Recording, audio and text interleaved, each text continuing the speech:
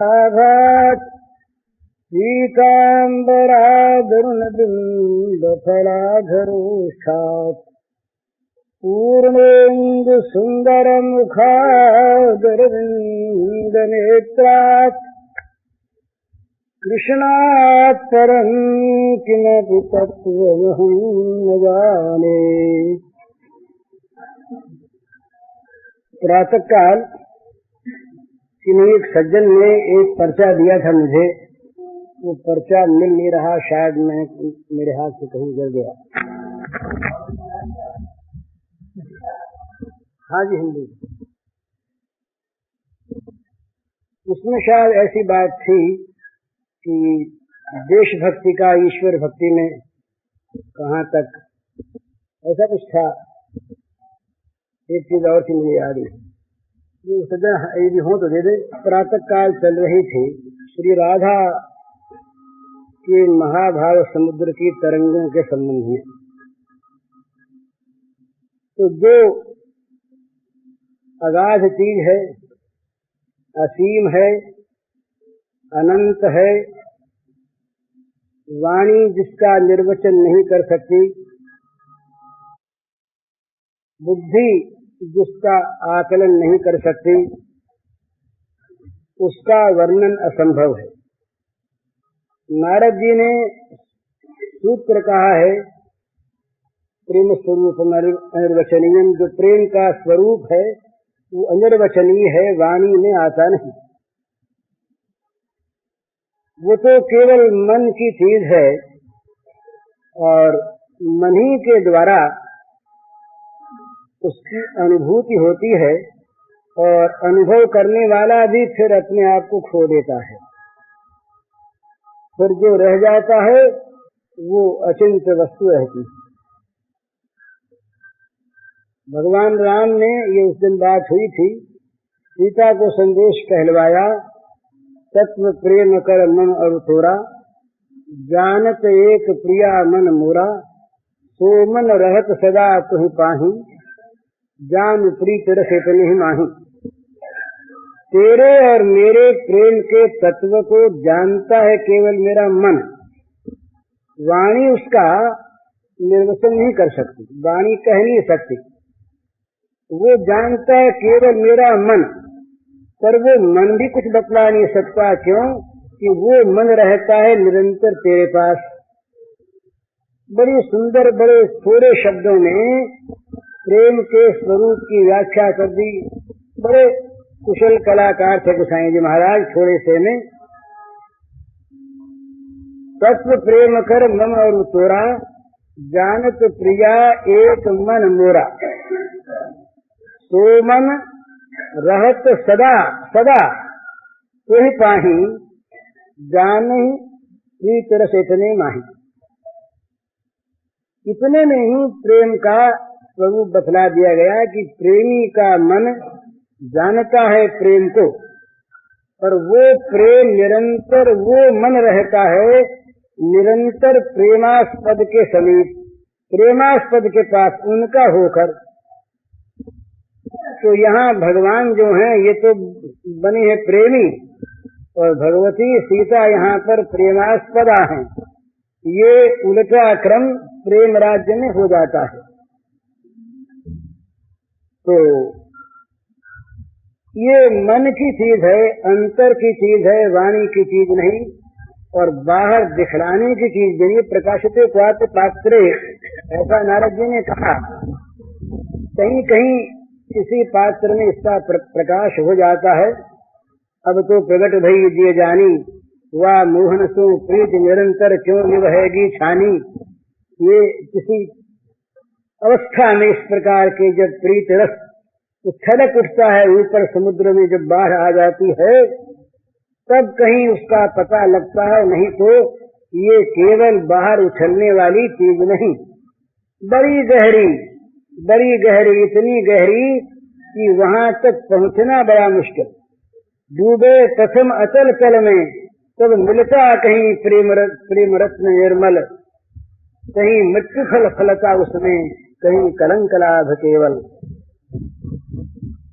डूबे प्रथम अचल कल में, तब मिलता प्रेम रत्न निर्मल, कहीं मृत्यु फल फलता उसमें, कहीं कलंक लाभ केवल।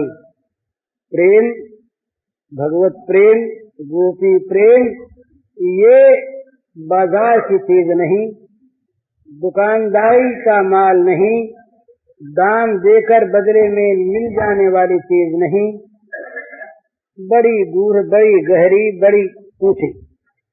महाराज, प्रेम में कितना त्याग करना पड़ता है, जरा सी एक कल्पना की बात मैं कहता हूँ।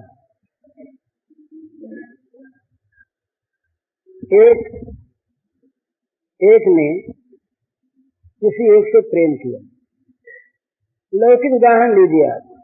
प्रेम की किसी मित्र से किया, किसी बंधु को अपना लिया, किसी से प्रेम किया, और उस प्रेम करने में यह हुआ कि उसके घर वाले सब नाराज हो गए, उसका व्यापार नष्ट हो गया, उसको अपने अड़ोसी पड़ोसियों से तिरस्कार प्राप्त हुआ, दुनिया में निंदा हो गई, इज्जत चली गई, मान सम्मान नष्ट हो गया। पर वो प्रेमास्पद उसको मिला, एक ही उदाहरण। दूसरा ये, इससे परे का जो इस प्रेम में फबता है, उस प्रेमास्पद ने उसको ठुकरा दिया, जिसके लिए उसने इन सारे दुखों को उठाया, जिसके लिए इन दुखों का वर्ण किया, जिसके लिए इन कष्टों को, संतापों को बुलाया, जिसके लिए मान, इज्जत, धन लोक पर लोग खोया, वही ठोकर मार के दूर कर दे, निकलो यहाँ से, हमारे पास कभी ना आना। उस अवस्था में भी उस प्रेमास्पद के प्रति जिसका प्रेम अक्षुण्ण ही नहीं बना रहे, बढ़ता रहे, वो प्रेम पवित्र प्रेम विशुद्ध अनुराग है। विशुद्ध अनुराग में कहीं भी किसी प्रकार की चाह का, कामना का कलंक नहीं। हम बहुत बार बहुत त्याग की अवस्था में सौदा करते हैं, त्याग की अवस्था में हम बहुत बार व्यापार करते हैं। कैसे? हम कहते हैं, देखिए आपके लिए हमने घर छोड़ा, आपके लिए हमने परिवार छोड़ा, आपके लिए हमने सर्वस्व का त्याग किया। करते तो यहाँ तक नहीं है, थोड़ा बहुत कहीं कुछ हो जाता है, उसको बहुत बड़े आकार में अपने मान लेते हैं, बताते भी हमने इतना त्याग किया आपके लिए, और आप हमारे लिए कुछ नहीं करते, उसका बदला कुछ नहीं देते। ये तो वहाँ कहते हैं जहाँ बदला नहीं मिलता, और जहाँ बदले में ठोकर मिले, जहाँ बदले में पदाघात मिले, जहाँ बदले में तिरस्कार मिले, जहाँ बदले में धक्के मिले, जहाँ बदले में गालियां फटकार मिले, वहाँ क्या मनुष्य धैर्य धारण कर सकता है? वो कहेगा कि हम तो दोनों दिन से गए। ऐसा बुद्धिमान आदमी कहेगा, बड़ी भूल की हमने, हम कितने मोह में पड़े, इधर इस काम के लिए, इस वस्तु के लिए सबका परित्याग किया, ये वस्तु भी नहीं मिली और वो भी नहीं मिली, हम तो दोनों तरफ से चले गए, ये हमारा कुछ भी नहीं बना। दुहन में एको ना है भाई, ये सूरदास जी ने तो गाया बड़े सुंदर दूसरे भाव से, पर हम कह देते हैं। तो ये सौदा प्रेम में नहीं चलता, वहाँ पर ये त्याग होता है कि प्रियतम की वो ठोकर मिले और जगत का अपमान मिले, इधर विपत्ति मिले और उधर धक्का मार के गिरा दिया जाए। इतने पर भी जो ये कहे कि प्रेमास्पद तुम मेरे हो, यथा तथा वा विदधातुलम पटु मम प्राणनासुत सैवना परः आश्लिष्यताम पादरताम पिनष्टुमाम अदर्शनाम मर्महताम करोतु वा। चैतन्य महाप्रभु ने कहा, श्याम सुंदर, अरे लंपट, बड़ी सुंदर भाषा है।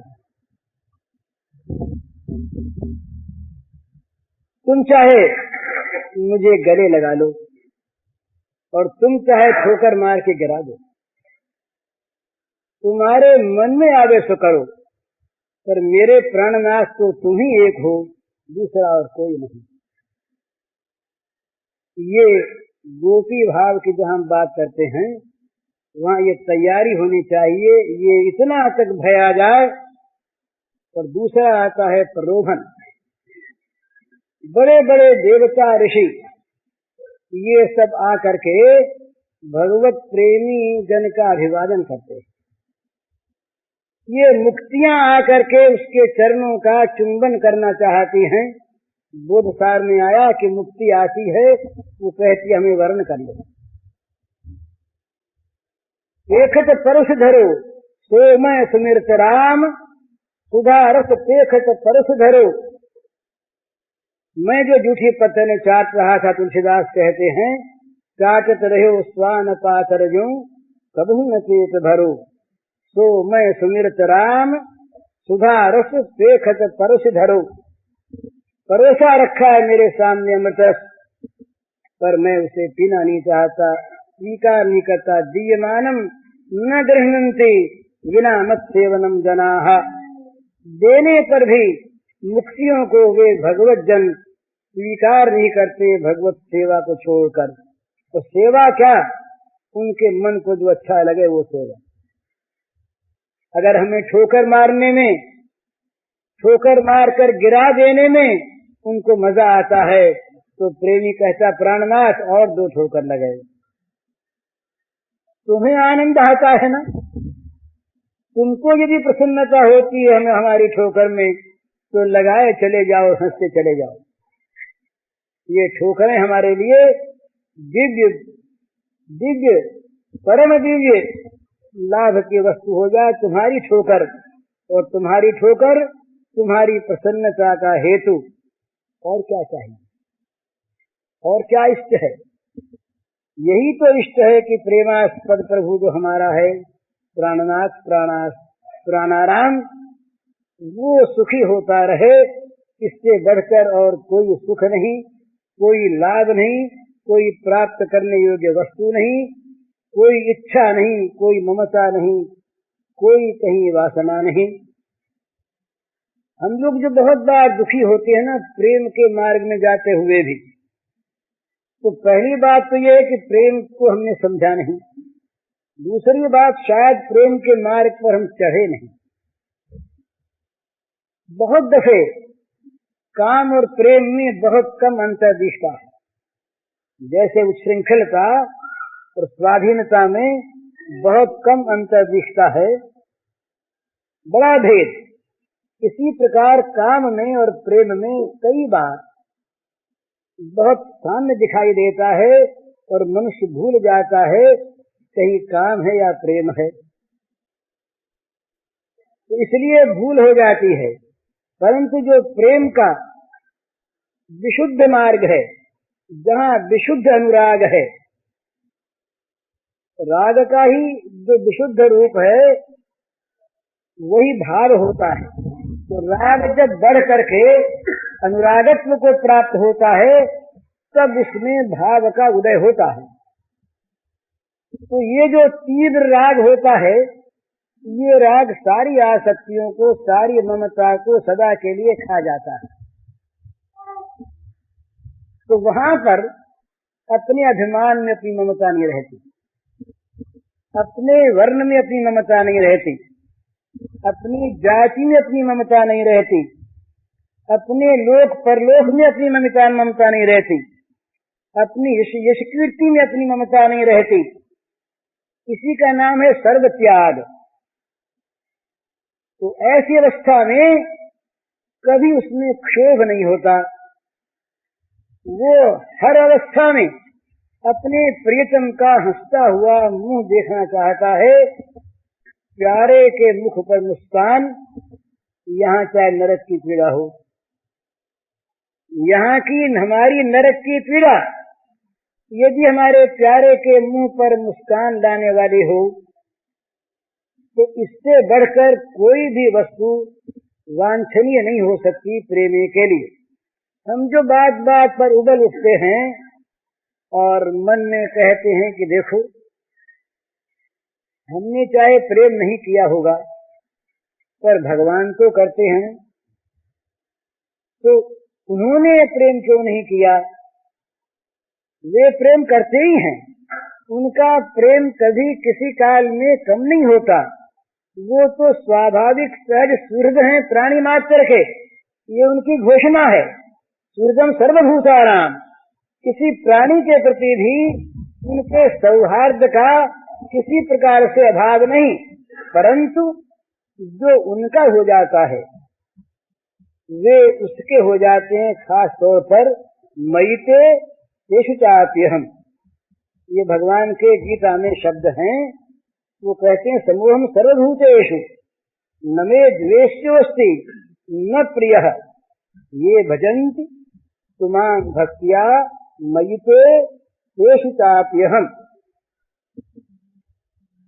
सारे भूतों में मैं सम हूँ, मेरा कोई द्वेष नहीं, जिससे मैं द्वेष करूं ऐसा कोई नहीं, और मैं खास तौर पर किसी से प्रेम करूं ऐसा कोई नहीं।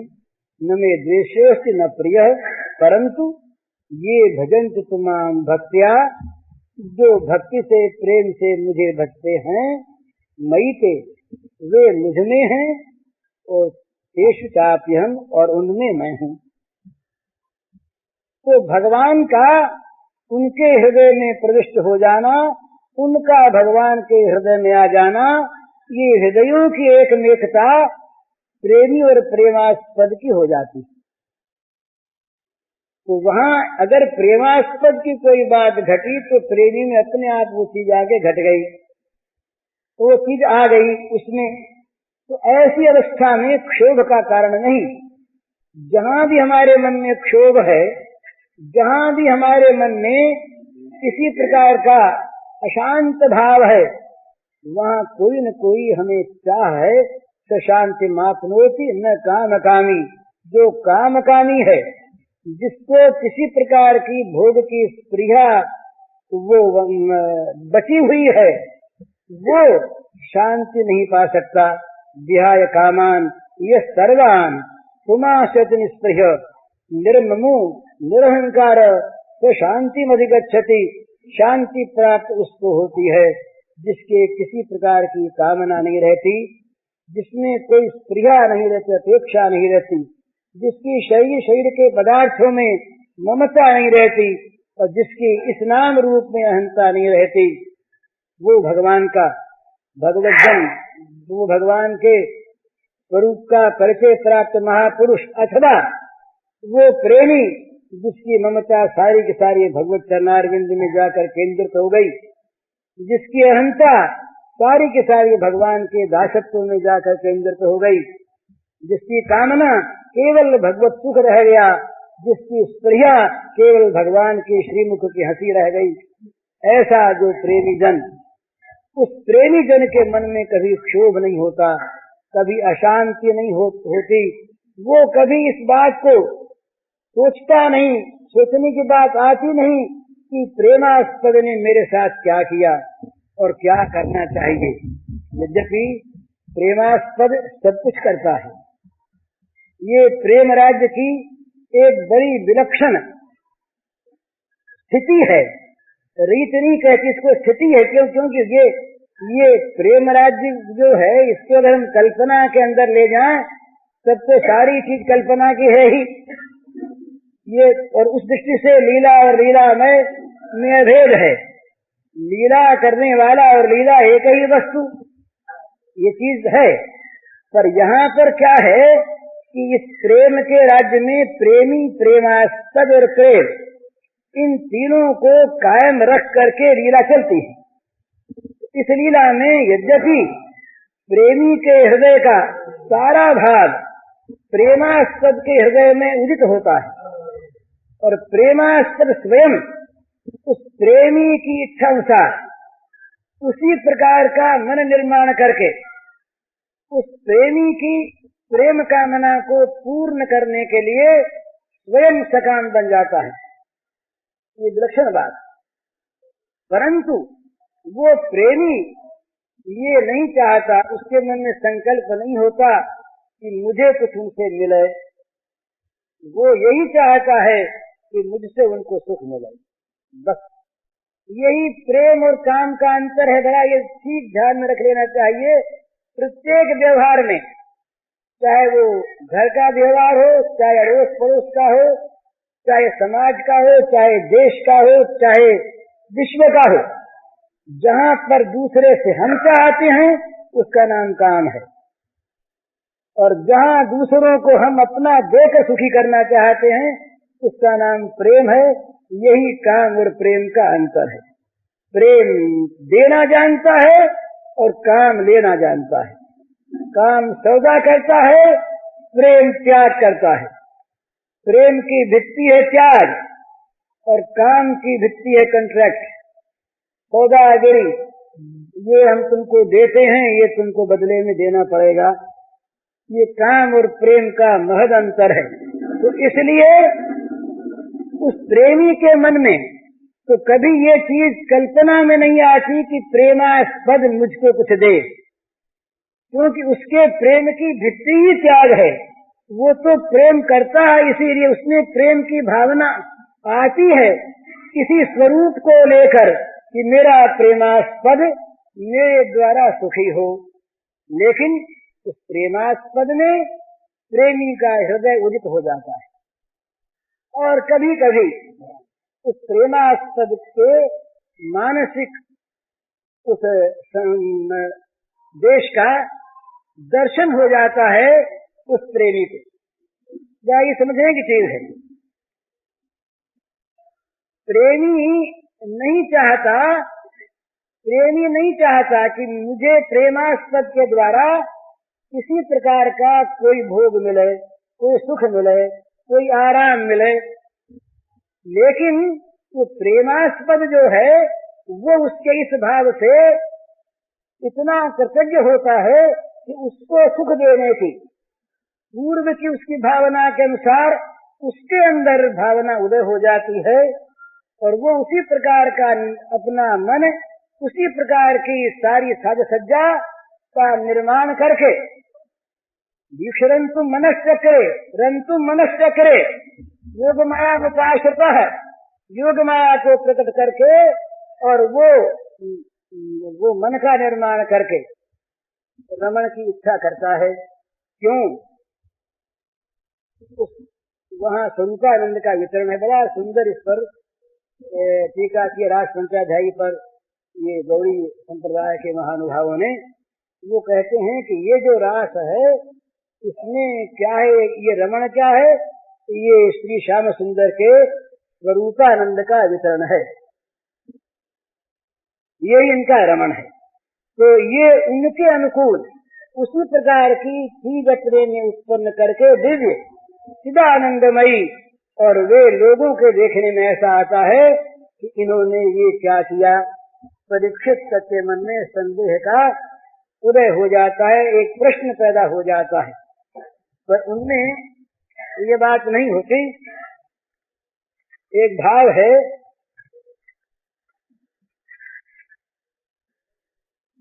शुद्ध सच्चिदानंद परम निज महिमा में स्थित नित्य काम।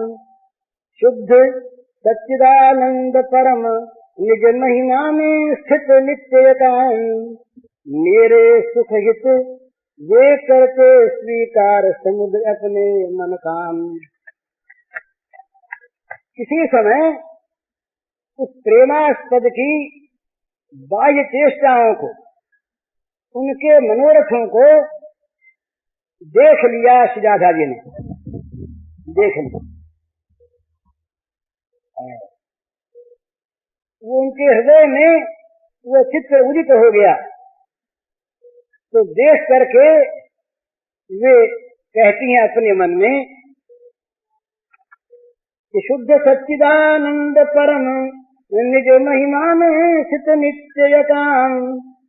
मेरे सुख हित वे करते स्वीकार समुद्र अपने मन काम। काम नहीं, उनके काम, ये काम को स्वीकार किया मेरे सुख के लिए, तो ये उनका स्वीकार किया हुआ दिव्य काम है, ये गंदा काम नहीं। सहज वासना राग रहित जो ममता रहित नित्य विकार, सहज वासना राग रहित जो ममता रहित नित्य विकार, करते मेरे लिए मुझे वे प्रिया रूप में अंगीकार।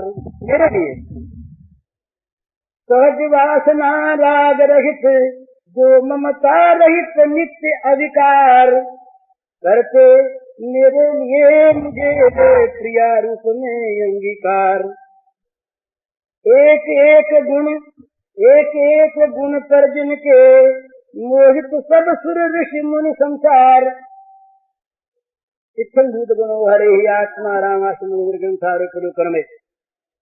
एक एक गुण पर जिनके मोहित सब सुर ऋषि मुनि संसार, प्रेम रूप वे रहते नित्य विमोहित मुझ पर विकार तो सुन नहीं होता। एक एक गुण पर जिनके मोहित सब सुर ऋषि मुनि संसार, प्रेम रूप वे रहते नित्य विमोहित मुझ पर बिना विकार। जिनके अंग अंग पर नित्य निछावर कोटि कोटि शतकाम, जिनके अंग अंग पर नित्य निछावर कोटि कोटि शतकाम, वे मेरा सौंदर्य निरखते नित्य न ले पाते विश्राम। वे मेरा सौंदर्य निरखते नित्य न ले पाते विश्राम। जिनको कभी न पल भर लगती भूख प्यास जो रहते तृप्त, जिनको कभी न पल भर लगती भूख प्यास जो रहते तृप्त, मेरे रस प्रसाद कनहित शुचि वे रहते हैं नित्य तृप्त। मेरे रस प्रसाद कनहित शुचि वे रहते हैं नित्य तृप्त। रति रसमय रस रूप रसिक वे दिव्य प्रेम रस पारावार। रति रसमय रस रूप रसिक वे दिव्य प्रेम रस पारावार। प्रेम सुधा रस पान निरत नित्य दिव्य प्रेम विग्रह साकार। प्रेम सुधा रस पान निरत नित्य दिव्य प्रेम विग्रह साकार। इसमें कहाँ मोह है, कहाँ काम क्रोध है, कहाँ लोभ है। पर ये प्रेम राज्य में बड़ी विलक्षण बात, प्रेमी अपने लिए कभी कुछ चाहता नहीं, बल्कि प्रेमास्पद के द्वारा ठुकराए जाने पर भी और समस्त पदार्थों से, प्राणियों से, परिस्थितियों से विच्छिन्न हो जाने पर भी वो प्रेमास्पद को पकड़े रहता है। वो कभी ये नहीं देखता कि बदला प्रेमास्पद क्या देते हैं, प्रेम करते हैं या नहीं, हमको चाहते हैं या नहीं। और किसी प्रलोभन में देवता ऋषि मुनि महात्मा सब सत्कार करें उनका, मुक्ति आकर के उसका पैर पूजे, ग्रहण करने के लिए उसे प्रार्थना करे, वो कहता है तुम्हारी मुझे आवश्यकता नहीं, मैं तो केवल और केवल अपने प्रेमास्पद की सेवा चाहता हूँ। दीयमानम न गृह्णन्ति विना मत्सेवनम जनाः। मेरे जन जो हैं वो मेरी सेवा को छोड़कर देने पर भी 5 प्रकार की मुक्तियाँ नहीं चाहते। तो उनके मन में प्रेमियों के न क्षोभ है न अशांति है, न कुछ पाने की इच्छा है और न कुछ देने को बचा है। देने को क्या बचा उनके पास, अपना कुछ है ही नहीं। ये आज मेरे पास नहीं, मैं आपको सुनाऊंगा। एक प्रसिद्ध कवि हिंदी के बच्चन, वो हैं तो छायावाद के कवि थे, पर अब भी हैं, पर वो बदले। उन्होंने अभी एक कविता लिख कर दी थी, हम लोग जब दिल्ली गए तब, वो किसी उद्देश्य से लिखी थी, वो मैं सुनाऊंगा। उसमें वो कहते हैं कि अब हमारे पास देने के लिए कुछ बचा ही नहीं, क्या दें। तो वास्तव में जब तक हमारे पास देने के लिए कुछ बचा रहता है ना, बचा रहता है कुछ अपना, कुछ अपनी चीज, कुछ अपना भार, कुछ अपना अभिमान, कुछ अपनी ममता के वस्तु, कुछ अपना हम बचा रखते हैं, तब तक हमने पूरा दिया नहीं। पूरा दिया नहीं तो पूरे सेवक बने नहीं। वो तो सेवामय, प्रेममय उसका विग्रह हो जाता है। राधा का अर्थ क्या है? श्री कृष्ण प्रेम, बस। गोपी का अर्थ क्या है? श्री कृष्ण की सुखेच्छा, गोपी का अर्थ, और कोई उसका अर्थ नहीं। तो जिसका जीवन इस प्रकार का वो गोपी, और जिसका जीवन इस प्रकार का वो राधा। उसके लिए कोई और बदलने की आवश्यकता नहीं है, केवल बदल देना है अपने अंतरात्मा के भावों को। फिर उनमें जो भाव तरंगे उठती हैं वो बड़ी विलक्षण, कभी उसमें मान भी आता है। वो मान निर्माण का मान है, बड़ी विलक्षण बात। वो मान अपने लिए नहीं होता, वो मान किसी अभिमान पर ठेस लगने पर नहीं होता, वो मान किसी पूजा कराने के लिए नहीं होता, वो मान खुशामद कराने के लिए नहीं होता, वो मान दंड देने के लिए नहीं होता। वो मान होता है प्रेमास्पद को हंसाने के लिए, उनको सुख देने के लिए, उनकी चाह पूरी करने के लिए। वो चाहते हैं कि इस समय ये वाम पथ से और हमको भजे, अरे खींच करके हमको रिझावे, खींच के रिझावे। बड़ा सुंदर भाव होता है, खींच के रिझाने में भ्रम हो जाता है। इसलिए जो सदा बिल्कुल निरपेक्ष लोग हैं जगत से, वही प्रेम के मार्ग पर आ सकते हैं। जगत की आसक्ति वाले आ नहीं सकते। अतएव वो चीज दूसरी, उसमें मान है पर अभिमान नहीं है, उसमें काम है पर विषयासक्ति नहीं है, उसमें मोह है पर बंधन नहीं है। ये ऐसी बढ़िया चीज कि जहाँ वो है पर वो नहीं, वो है पर वो नहीं, जहाँ अपना है पर अपना कोई नहीं,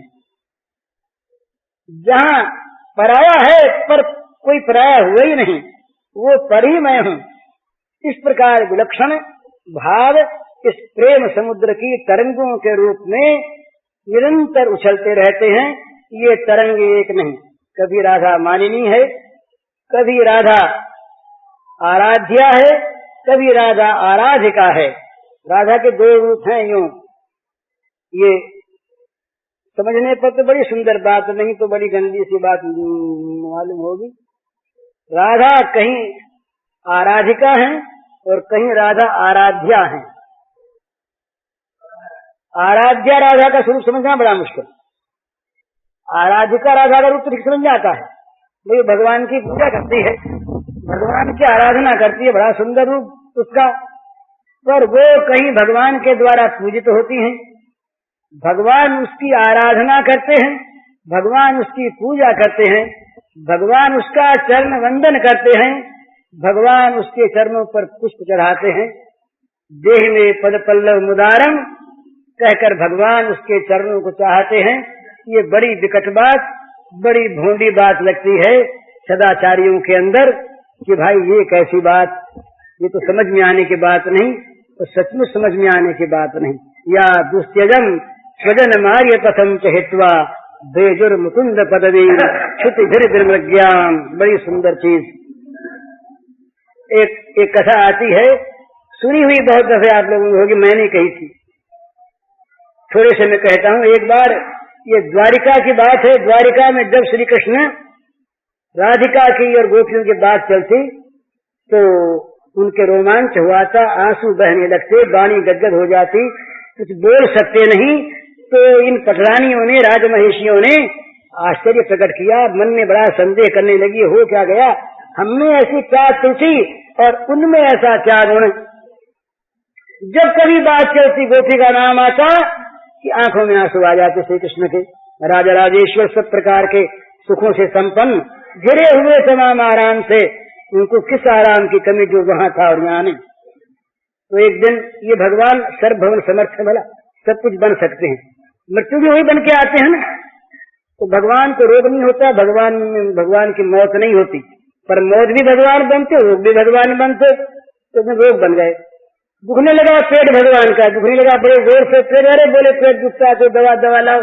अब दवा लाए, सब दवा जाए डॉक्टर लोग। अयोध्या में थे नहीं, रोग होता नहीं था। ये जमाना ये ध्यान रखने की बात है, जहाँ अस्पताल ज्यादा है वहाँ रोगी ज्यादा है, जहाँ बीमार ज्यादा है वहाँ मानना चाहिए संयमी ज्यादा है, और जहाँ कोर्ट खूब चलते हैं, वकीलों की खूब चलती है, वहाँ समझिए बेईमान ज्यादा है। और बेईमान ज्यादा न हो तो भुगतना क्या हो? कोर्ट क्या काम करे?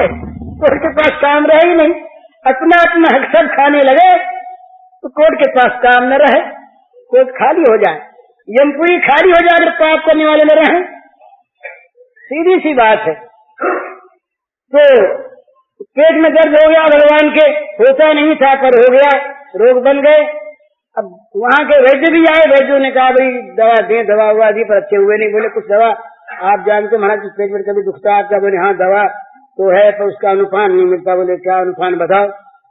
तो भाई हमारा कोई प्रेमी अपने चरण की धूल दे दे और उसको उसके द्वारा हम दवा खा लें, भक्त के अपने प्रेमी के चरण की धूल के साथ हम दवा ले लें।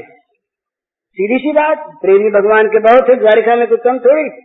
रुक्मिणी जी पास बैठी, सत्यभामा जी बैठी, अब चरण की धूल, बोले सीधी सी बात है। रुक्मिणी जी ने देखा कि भाई चरण की धूल तो हमारे पास है ही, कोई बात नहीं, और प्रेमी भी हम हैं, पर भाई शास्त्र कहता है, हम लोग रोज सुनते हैं जानते हैं कि पति को स्वामी को चरण की धूल कैसे दे? स्वामी को चरण की धूल देना तो पाप और नरक में जाना पड़ेगा। तो ये नरक में जाने का सामान कैसे इकट्ठा करें? भला क्या करें, ये तो बुरी चीज। सत्यभामा जी आप दे दो।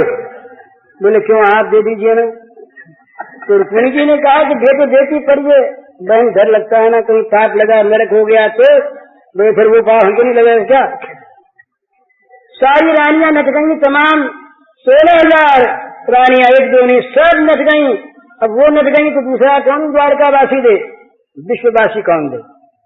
सब जगह से नहीं आ गई। संक्षेप में नारद जी आए, नारद जी ने कहा महाराज पेट दुखता क्या हो गया? ये माया कैसे रखी? बोले दुखता तो बहुत है, कोई उपाय कर दो कुछ। बोले क्या उपाय करे? बोले किसी प्रेमी की धूल ला दो। नारद ने सोचा धूल तो अपने अंदर ही है, पर हमसे तो बड़ी बहुत बड़ा प्रेम का ऊंचा दर्जा रखने वाले रुक्मिणी जी, जब इन्होंने नहीं दिया तो हम कैसे दें? नहीं दिया साहब। फिर अच्छा हो नहीं तो श्याम सुंदर बोले अरे नारद जरा ब्रज में तो हुआ। नारद ने कहा सारे विश्व में ब्रज में हुआ, वहां क्या? बोले तुम जाओ तो सही। के लेकर वीणा हाथ में और बजाते हुए भगवान का मंगलमय नाम गान करते हुए जहाँ ब्रज में पहुंचे, नाम गान सुना, बड़ा मधुर मीठा, तो हमको वंदना इकट्ठी हो गई। गोद भी हुए, बच्चे भी हुए, सबका समाधान किया करा। गोपन से इनको काम था। गोपांगनाओं के बीच में पहुंचे तो सबने घेर दिया। बोल महाराज कहाँ से पधारे? का द्वारिका से। अब तो सबके मन में उत्कंठा हो गई समाचार जानने की। क्यों? सरकार मजे में है ना, हमारे प्राणनाथ प्रसन्न है ना, कुछ हुआ तो नहीं? जरा गंभीर हो गए, जरा मुंह बना लिया। अब तो इनके प्राण निकलने लगे। रे समाचार पूछा राजी खुशी का, ये हो गए चुप। तो कोई न कोई इसके अंदर दाल में काला कुछ है जरूर, अरिष्टा शंका होगी। बोले महाराज जल्दी बताओ। अब हमारे आप ना आते तो कोई बात नहीं थी, और द्वारका से ना होते तो कोई बात नहीं थी, और बात न चलती तब भी कोई बात नहीं। बात चली, हमने पूछा या बात बोलते नहीं तो ये मामला क्या है बताइए। तो बोले भाई पेट दुखता है, श्याम सुंदर का पेट दुखता है और कोई दवा हुई नहीं। बोले कोई दवा नहीं हुई? क्या कोई वहां पर चिकित्सक नहीं? उन्होंने कहा वहां रोग ही नहीं होता, पर ये उनके हो गया, दवा हुआ बहुत हुई पर कुछ हुआ नहीं। तो बोले कोई उपाय? बोले उपाय तो उन्होंने खुद बताया कि किसी प्रेमी के चरण की धूल मिल जाए तो अच्छे हो जाए। तो बोले प्रेमी कहाँ है? आप प्रेमी नहीं? बोले हम तो नहीं। बोले कौन प्रेमी? बोले वो श्री श्याम सुंदर कहा करते थे कि गोपियां हमारी बड़ी प्रेमिका। बोले वो प्रेमी मानते हमको? हाँ। बोले वो तो मानते हैं। बोले हम तो नहीं। बोले वो मानते? बोले मानते तो बोले ले जाओ धूल। चरणों को सब गोपियों ने आगे बढ़ा दिया, जितने चाह ले लो, क्या ठिकाना धूल लेगा, लिए जाओ धूल, जितनी पोटली बांध लो। नारद ने कहा पगली हो गई, क्या कर रही हो तुम? शास्त्र की अवज्ञा जानती नहीं, मानती नहीं। अरे किसको धूल दे रही हो?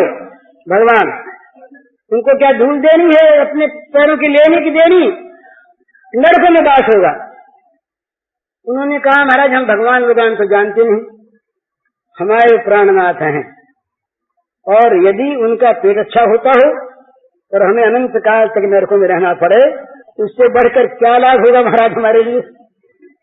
अनंत काल तक हम नरकों में रहेंगी, कभी शिकायत नहीं करेंगे कि आपने हमको नरकों में भिजवा दिया। आप धूल ले जाइए महाराज, और जल्दी जाइए जिसमें उनका पेट अच्छा हो जाए, और कह दीजिए कि नरकों की व्यवस्था इनके करा दी जाए। कुछ नहीं। नारद जी चकित हो गए। नारद जी ने कहा, अरे राम राम, हम तो झूठे ही प्रेमी बन रहे थे अब तक। तो पहले तो उन्होंने क्या किया कि लेकर के धूल वहां गिरी पड़ी, सब अपने मस्तक को अभिषिक्त किया उससे कि ये तो बड़ी बहुत बढ़िया। उद्धव ने मांगा था लता गुल में तड़ू होकर चरणों की धूल, इनको तो प्रत्यक्ष मिल गई। आज गोपियों ने पैर बढ़ा बढ़ा के दे दी, और तो लगाई अपने मस्तक पर, सारा मस्तक अभिषिक्त कर लिया। फिर पोटली बांध के सिर पर रखे नारद, और नाचते गाते हुए बिना लेकर के भगवान का नाम मंगलमय गाते पहुंच गए द्वारिका राजमहल में। बोले महाराज ले आया ले आया। हंसे भगवान कहाँ से ले आए? बोले महाराज आप भेज हाँ ब्रज में। अरे ब्रज में दे दिया किसी ने? हाँ। बोले वो गोपियां हैं, वो उन्होंने दे दिया। बोले आपने समझाया नहीं उनको? आपने कहा नहीं उनसे कि बड़ा पाप लगेगा? बोले कहा तो महाराज हमने समझा लिया, पर वो ऐसी पगली है सब के सब, वो सुनी है, मानी नहीं हमारी बात। वो कहने लगी कि हमारे अघासुर को तो श्याम सुंदर मार गए, हमारे अघासुर को श्याम सुंदर कभी का मार गए, हमारा अघासुर मर गया, पहले हमारे पास अब कहाँ है? और यदि पाप आप कोई होगा तो कोई बात नहीं, हम भोगेंगे, नरकों में जाएंगे। ये ले जाओ आप प्राणनाथ को, जल्दी अच्छा करो। भगवान ने ले करके धूल उसका सिर पर लगा ली, गोपाल नाम की धूल। पेट तो अच्छा था ही। अब रुक्मिणी जी सत्यभामा सब इकट्ठी थी, अब वो सब चकित रह गई। बोला बोलिए नारद उनको। तो श्री कृष्ण ने उनका मान दे रखे। बोले रुक्मिणी जी पेट अच्छा हो गया, अब आप चिंता मत करो। ये गोपियां पगली हैं, पर कभी कभी ये पगली भी काम दे देती, देखा ना। अब समझा दिया कि देखो आप, यही बात है कि गोपियों के नाम से हमारे आंसू आते हैं। आप सेवा बहुत बड़ी करती, इसमें कोई संदेह नहीं है। तो प्रेम के राज्य में ये चीज है कि वहां पर ये संकोच नहीं, पर संकोच वहां होता जहां कुछ चाहते। प्रेमी कुछ चाहता नहीं, और उसके पास चाहने योग्य मन रहता नहीं, तो उसके फिर अनंत भाव से क्या चाहेंगे। तो ये राधा भाव जो है, ये बड़ा विलक्षण त्याग का भाव है। प्रेम में जो जाना चाहता है उसको सबसे पहले तैयार हो जाना चाहिए त्याग के लिए। मान जाएगा, धन जाएगा, स्वर्ग जाएगा, लोक जाएगा, परलोक जाएगा, इज्जत जाएगी, सबकी होली फूंक दी जाएगी। कबीरा खड़ा बाजार में लिए लुकाटी हाथ, जो घर फूके आपनो आवे मेरे साथ। जिसको घर फूकना हो अपना, घर के ममत्व को जला देना हो, वो हमारे पास आ जाए तो उसकी देरी तो कट जाएगी। ये जब तक भगवान का नहीं होता ना, तावत राजादेना तावत काराग्रह विग्रह तावत मुहुर निगड़ो, यार कृष्ण तेजना। ब्रह्मा जी ने कहा भगवान जब तक ये तुम्हारा नहीं हुआ जाता, तुम्हारा नहीं हो जाता मनुष्य, तभी तक ये राजद्वेष रूपी चोर उसके पीछे लगे रहते हैं, तभी तक घर का जेल खाना रहता है, और तभी तक पैरों में उसके जीवन में लोह की बेड़ियां पड़ी रहती हैं। जब आपका हो गया, जेल खाने से छूट गया, ये बेड़ियां निकल गईं, और ये राजद्वेष के चोर उसके जीवन को लूटने वाले ये उससे हट गए। पर आपका होने के लिए दूसरों का होना छोड़ना पड़ता है। हम न मालूम किस किस के हो रहे हैं, काम के, क्रोध के, लोभ के, अभिमान के, कीर्ति के, यश के, भोग के, घर के, मकान के, न मालूम किस किस के गुलाम हो रहे हैं। इन सारी गुलामियों को निस्ताबूद करना पड़ेगा, इनमें आग लगा देनी पड़ेगी, फूंक देना पड़ेगा इनको। जो अपने सर्वस्व को फूंक कर उसके भस्मावशेष पर नाच सके, वो प्रेम के मार्ग में आवे। महाराज प्रेम पंथ पावकनी ज्वाला भाड़ी पाछा भागे जो ना ही पड़े आते महारस माने, देख नारा दाझे जो ने। देखने वाले जलते रहेंगे, जो अंदर कूद गए वो महारस को प्राप्त कर सकेंगे। ये आग की लपट है, जो सामने गया देख के डर गया, लौट आया, पर जो कूद गया वो महान शांति को प्राप्त हो गया, देखने वाले जलते रहे। तो ये महान रस, ये महान दिव्य आनंद, ये राधा भाव और गोपी भाव का ये त्याग की भूमिका पर प्रतिष्ठित होता है। सबसे पहली चीज इसमें त्याग है। त्याग के बिना प्रेम का उदय होता ही नहीं, कहीं नहीं होता। जहाँ पर भी त्याग नहीं है भोग है, जहाँ पर भी मांगना है, जहाँ पर भी लेने की इच्छा है, जहाँ लेना है वहाँ पर प्रेम नहीं होगा, व्यापार हो जाएगा। व्यापार हो जाएगा, लेन देन हो जाएगा। व्यापार में शिष्टता होगी, सौम्यता होगी, सद्व्यवहार होगा तो सुख भी होगा। पर वो है व्यापार। पर जहाँ त्याग है, जहाँ देना ही देना है, वहाँ एक विशुद्ध अनुराग की उत्पत्ति होगी, उदय होगा, और वो अनुराग मन में रहने नहीं देगा किसी भी दूसरी चीज को। भुक्ति मुक्ति प्रिया यावत पिशाची हृदय वर्तते, कहते कि जब तक ये पिशाचिनी भोग और मोक्ष की इच्छा हृदय में बनी रहती है तब तक इसका उदय नहीं हो पाता।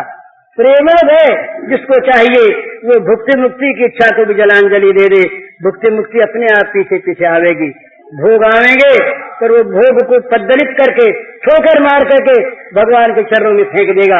राज्य को मयि संन्यस्य सर्वाणि कर्माणि मयि संन्यस्य निराशी निर्मूभूत ज्वर, राज्य की आशा छोड़ दो, राज्य ये कर्म करके मुझ में फेंकते जाओ और राज्य मिल जाए उसे मुझ में फेंक दो, राज्य की आशा मुझ में फेंक दो। ये संन्यास्य इस प्रकार सब कुछ भगवान में फेंक कर, सब कुछ भगवान पर न्यौछावर करके, सब कुछ का त्याग करके जो केवल प्रेम देवता की सेवा करना चाहता है, इस प्रकार का जो त्याग करने के लिए उतारू है वो प्रेम के मार्ग में आवे। जो सिर साटे हरि मिले तो हरि लीजे दौर, ना जानो या देर में गाहक आवे, और जल्दी से जल्दी हमारा सिर ले लिया जाए पहले, और जल्दी हमको वस्तु मिल जाए। कोई दूसरा ग्राहक बीच में आ गया, जो जो जो सिर साटे हरि मिले तो हरि लीजिए दौर। सिर देने के बदले में अगर भगवान मिलते हूँ, लोक पर लोक खोकर भोग मोक्ष को जलांजलि देकर अगर भगवत प्रेम मिलता हो तो सस्ता मिलता है, बहुत सस्ता मिलता है, ये ले लेना चाहिए। पर जितना कहना सहज, बोलना सहज महाराज, ये इसी बोलने के बाद शर्म आती है। अपने में तो भोग त्याग की बात तो अलग रही, भोगाकांक्षा बड़ी प्रबल है। जब अपनी ओर मनुष्य देखता है तो मालूम होता है गंदगी से भरा हुआ जीवन, अपराधों से भरा हुआ जीवन, भोगाकांक्षाओं का गुलाम जीवन, ये जीवन प्रेम की बात भी कर सकता है क्या? प्रेम की चर्चा कर सकते हैं चैतन्य महाप्रभु, प्रेम की चर्चा कर सकते हैं बुद्ध भगवान। जिन लोगों ने अपने जीवन के तमाम लोक परलोक के तमाम भोगों को प्रेमास्पद के चरणों पर न्यौछावर कर दिया, जो केवल कहते हैं करते नहीं, जो करते कुछ और हैं कहते कुछ और हैं, हम जैसे वे लोग तो प्रेम के नाम को कलंकित करने वाले हैं। प्रेम की गाथा क्या कहें क्या गाएं, प्रेम तो बस न गाने की चीज है न कहने की चीज है। ये तो भगवान की कृपा से कहीं कहीं प्रकट हो जाता है, जिस पर भगवान कृपा करते हैं, और जहाँ प्रकट होता है वहाँ कुछ कहने को रहता नहीं, वो चुप हो जाता है। किससे कहे, क्या कहे, क्यों कहे, कैसे कहे? फिर अगर वो कहता है तो उसके अंदर वो कहता है, अगर वो सुनता है तो उसके अंदर से वो सुनता है, अगर वो खाता है तो उसके अंदर वो खाता है, अगर वो सोता है तो उसके अंदर वो सोता है।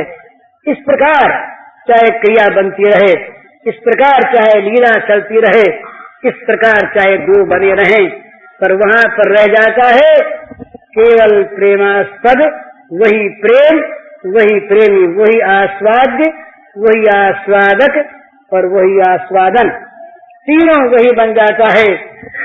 वो बन करके तीनों चाहे लीला करे और चाहे लीला बंद कर दे, चाहे खेले और चाहे सो जाए, जैसी उसकी इच्छा, किंतु परंतु कहने वाला कोई नहीं। इतना होने पर भी लीला चलती है। ये प्रेम राज्य का एक स्वभाव है कि दो न रहने पर भी दो नित्य हैं। माया नहीं है, लीला है। नाट्य नहीं है, अनुभव है। दंड नहीं है, सत्य है। दिखाऊ चीज नहीं है। इस प्रकार भगवान का स्वयं अपना निर्माण है। जैसे निर्माण का योगी करते हैं, उसी प्रकार प्रेम निर्माण, प्रेममय भगवान अपने को बनाकर प्रेम का रस आस्वादन करते कराते अपना रस अपने आप ही।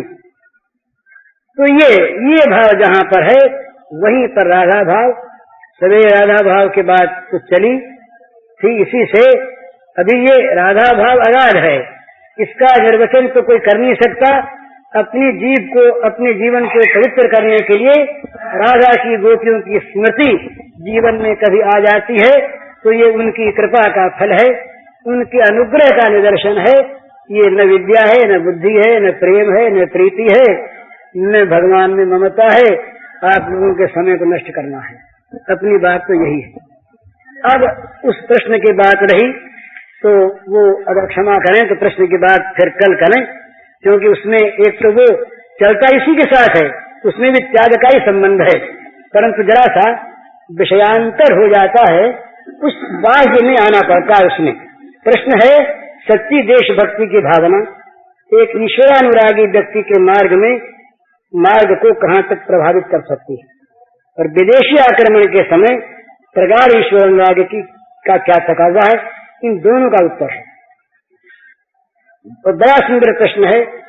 ऐसी परिस्थिति में जो लोग हैं, उन लोगों को भी जानने की आवश्यकता है कि उनका ईश्वरानुराग और उनके ईश्वरानुराग का तकाजा प्रगाढ़ विदेशी आक्रमण के समय क्या होना चाहिए, ये जानने की चीज है, जानने की चीज है। परंतु इस समय जो बात हो रही है, उससे उसका तत्वतः मेल होने पर भी साधनतः मेल नहीं।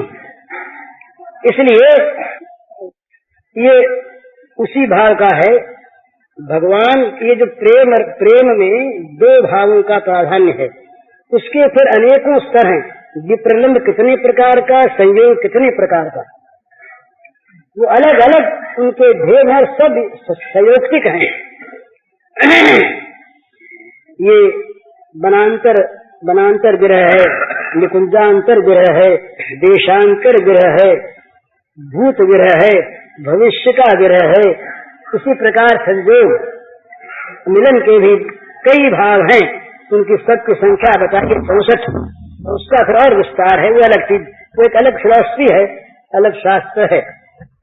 दो चीज है, पर दो में मिलन में अमिलन में कभी अभाव नहीं है, और मिलन में कभी तृप्ति नहीं है।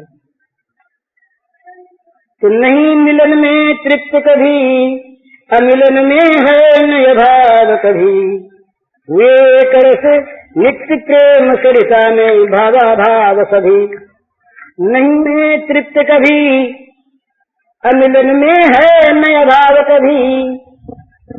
भौतिक वस्तु जो है ना, या काम जहाँ पर है, वह अमिलन में अभाव है, पर सच्चिदानंद वस्तु में और प्रेम राज्य में अमिलन में अभाव नहीं है। अमिलन है पर है नहीं, मिलन में तृप्त कभी, अमिलन में है न अभाव कभी।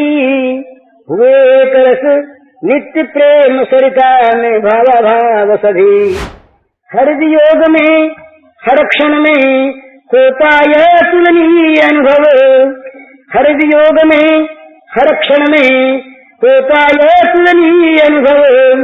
कभी दो नहीं हुए आज तक, कभी न होने हैं संभव। कभी दो नहीं हुए आज तक, कभी न होने हैं संभव। नित्य एक है, नित्य मिलन है रस कारागार अनंत। नित्य एक है, नित्य मिलन है रस कारागार अनंत। मिलन कहाँ कैसा जब होता, कभी न नित्य मिलन का अंत।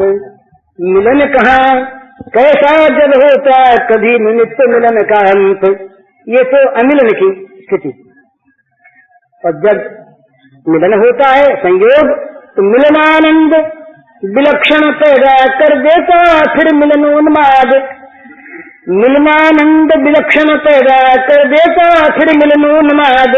दो बन जाते तुरंत प्रतिक्षण बढ़ता मधुमेह रस आस्वाद। दो बन जाते तुरंत प्रतिक्षण बढ़ता मधुमेह रस आस्वाद। होती नहीं कदापि तृप्ति बढ़ती रहती रस प्यास अपार। होती नहीं कदापि तृप्ति बढ़ती रहती रस प्यास अपार। यही चाहते बने रहें दो बहते रहें सदा रसधार। यही चाहते बने रहें दो बहते रहें सदा रसधार। करते रहें पान रस मधुमय दुर्लभ नित्य दिव्य अजरान। करते रहें पान रस मधुमय दुर्लभ दिव्य नित्य अभिराम। होन कल्पना भी वियोग की रहे नित्य संयोग ललाम। होन कल्पना भी वियोग की रहे नित्य संयोग ललाम। यूं बहती, ये दूसरा, यूं बहती रसमयी मधुर अति संतत प्रेम रति प्रेम नदी पावन। यूं बहती रसमयी मधुर अति संतत प्रेम नदी पावन। विप्रलंब संयोग मनोहर तक सके दो मन भावन। विप्रलंब संयोग मधुर तक सके दो मन भावन। इसकी व्याख्या तो लंबी चौड़ी है। विप्रलंब क्या है, संयोग क्या है? जहाँ पर इस राज्य के काम का प्रवेश नहीं, जहाँ इस राज्य की इस लौकिक गंदे राज्य की किसी भावना का प्रवेश नहीं, जहाँ दिव्य रस और रसोदय सह उस परमात्मा का रस, परमात्मा की रसानुभूति, उसमें एक में दो कैसे और उसमें दो में एक कैसे, और उनके क्या क्या भावानुभाव, ये बहुत से उसमें भावों का उन्मेष है। तो ये सब अलग चीज है, ये सब जानने की व्याख्यान की चीज नहीं।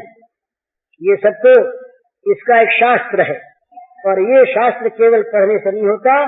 इस शास्त्र के साथ साथ उस प्रकार की पात्रता प्राप्त करनी पड़ती है जो काम राज्य से बाहर निकल करके त्याग राज्य की भूमिका में इसका शिक्षण प्रारंभ होता है। त्याग राज्य की भूमिका में इसका शिक्षण प्रारंभ होता है। वहां से फिर ये जानी जाती है चीज कि नित्य दो नित्य एक में कैसे, और नित्य एक नित्य दो कैसे, और उनके क्या क्या भावानुभाव, किस किस प्रकार से रस प्रवाह बहता है, और उसकी हमारे जीवन के साथ क्या संपर्क उसका हो सकता है, कि कहाँ तक हम आगे जा सकते हैं, उसमें क्या क्या बातें करनी चाहिए। ये सब इस मार्ग के जानने का विषय है। भगवत कृपा पर निर्भर करके इस प्रकार की इच्छा करें और भगवान से प्रार्थना करें तो वो रसधन भगवान स्वयं अपना रसदान करने के लिए मार्ग बता देंगे। ये साधना का विषय नहीं, ये मार्ग, ये कवायद का मार्ग नहीं, ये भाव का मार्ग है। विलक्षण हरिओम तत्व।